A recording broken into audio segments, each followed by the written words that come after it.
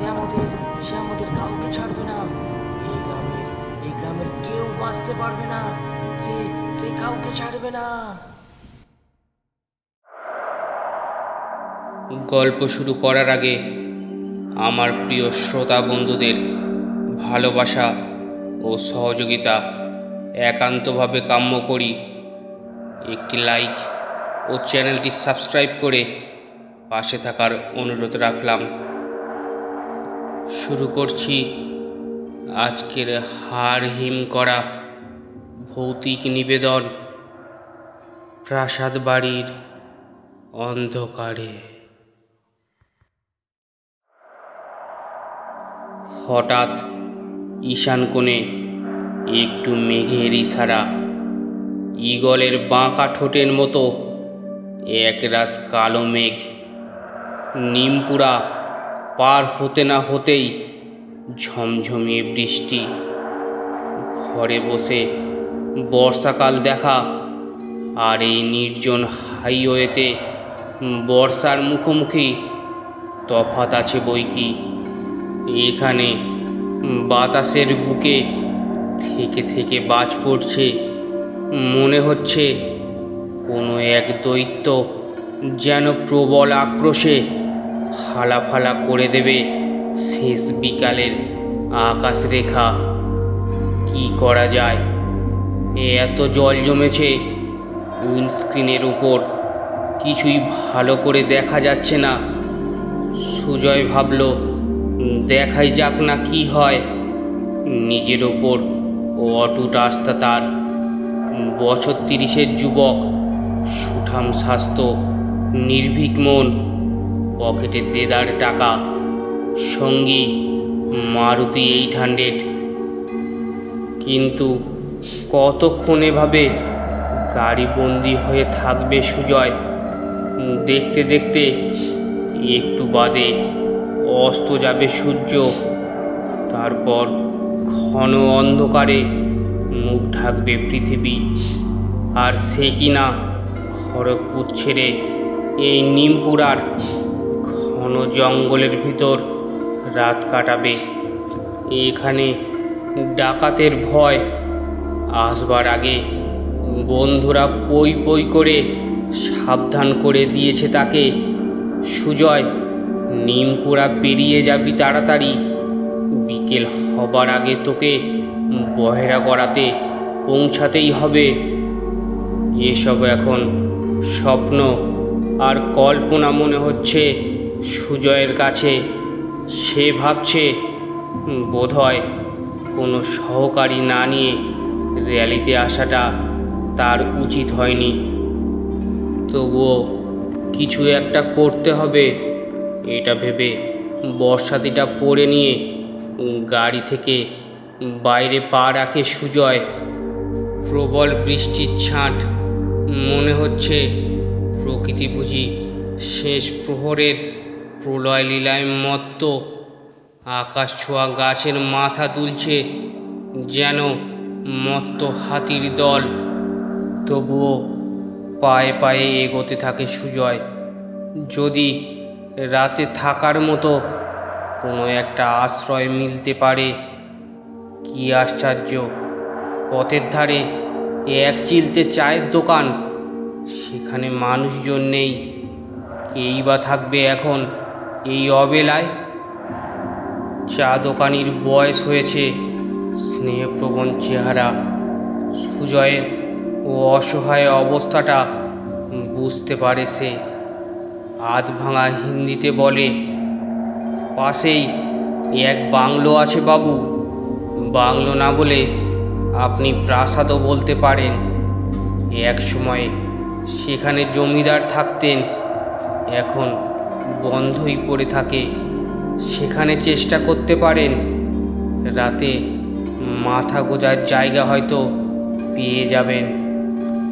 হাতের মুঠোয় চাঁদ পেয়েছে সুজয়।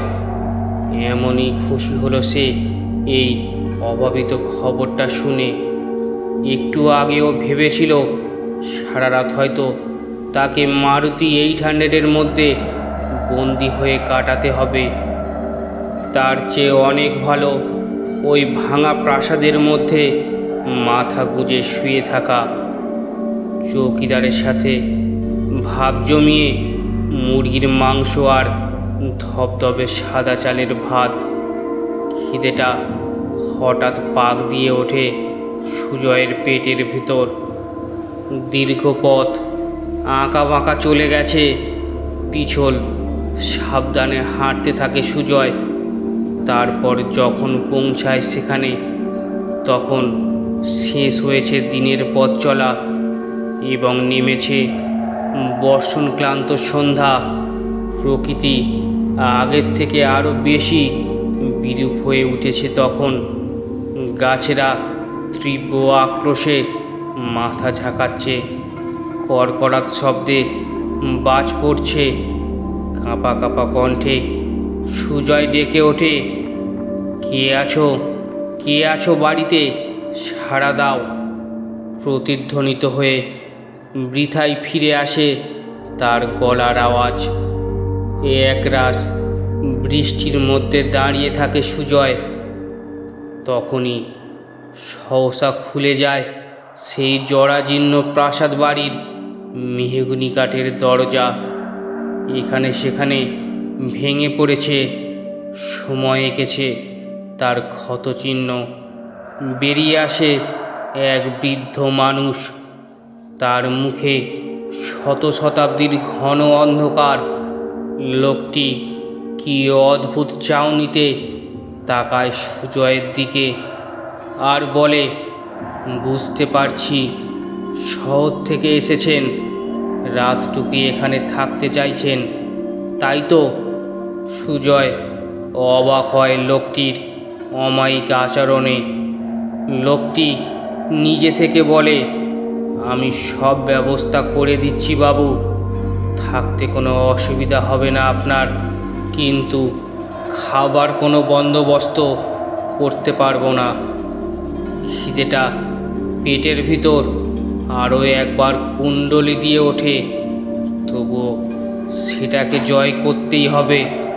কিন্তু গাড়িটা, ওটা কি পড়ে থাকবে জঙ্গলের মাঝে? লোকটা বোধহয় বুঝতে পেরেছিল তার মনের আশঙ্কা। সে বলল, কথা দিচ্ছি বাবু, নিমপুরার যতই কুখ্যাতি থাকুক না কেন, কেউ আপনার গাড়ির কোনো ক্ষতি করতে পারবে না।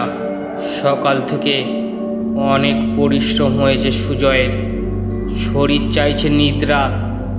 অতএব যখন সে ঢুকে পড়ল ওই ভাঙা প্রাসাদ বাড়িতে এবং নিজেকে সঁপে দিল ওই তেল চিটচিটে চাদরের উপর, অল্প সময়ের মধ্যে ঘুমের মধ্যে হারিয়ে গেল সে। মাঝরাতে হঠাৎ ঘুম ভেঙে গেল সুজয়ের। তখনও চলছে বৃষ্টির ঝিমঝিমি শব্দ। ঘুম ভাঙতেই কেমন এক অস্থির অনুভূতি এসে আঁকড়ে ধরে সুজয়কে। কোথা থেকে যেন পাক দিয়ে উঠছে বিকৃত অলৌকিক ইশারা। ঠিক বুঝতে পারছে না সুজয় কেন এমনটি হচ্ছে তার। এই একটা সুমিষ্ট সুবাস, ইরানের কোনো বাগিচায় যত্নে বানানো আতরের গন্ধ। আর তারই পাশে শোনা যাচ্ছে দূর থেকে ভেসে আসা গজল গান। কী সব ঘটে যাচ্ছে চোখের সামনে। সুজয় উঠে বসে, জেলে দেয় প্রদীপখানি। টিমটিমে আলো, তাতেই দৃশ্যমান চারপাশ। ঘরের কোণে একমাত্র পারদমলিন আয়না, যেখানে নিজের চেহারা দেখে সুজয়। আর তখনই অবাক হতে হয় তাকে। এসেছিল সে সাহেবি পোশাক পরে, জিন্সের প্যান্ট, টি শার্ট, আর এখন কিনা পরনে হাঁটু ঝুল পাঞ্জাবি, পা চাপা আলিগড় চোস্ত। কোনোদিনই দাড়ি রাখেনি সুজয়, কিন্তু এ কি তার থুতনিতে ঈষৎ বাদামি দাড়ি, নূর বলা যেতে পারে। চোখের কোণে সুরমা, মাথায় ফেঁজ বাঁকিয়ে পড়া, কানের লতিতে ছোট্ট তুলোর টুকরোতে নবাবী আতর। সুজয় অবাক চোখে তাকিয়ে দেখে তার বদলে যাওয়া শরীরের দিকে। সেই গান, সেই সুর আচ্ছন্ন করে রাখে তাকে। তবলার বোল, নূপুরের নিক্কণ, হারমোনিয়ামের আওয়াজ, সেরেঙ্গির বাজন, সব মিলেমিশে অলৌকিক পরিবেশ। তাল ঠুকছে সুজয় সমজদারের মতো। মাঝে মাঝে আলবোলা থেকে সযত্নে পান করছে সুরভিত ধূম। এইভাবেই কখন কেটে যায় সারা রাত। ঝিম ধরে বৃষ্টির, কমে এসেছে তার গতিবেগ। হঠাৎ, বাবু, আপনার চা। সুজয় অবাক, উঠে বসে। সারা রাত সে কি স্বপ্ন দেখছিল, নাকি সবই সত্যি? গল্পটি কেমন লাগলো অবশ্যই কমেন্টে জানান। আর ভালো লাগলে চ্যানেলটি সাবস্ক্রাইব করে নিন। ধন্যবাদ।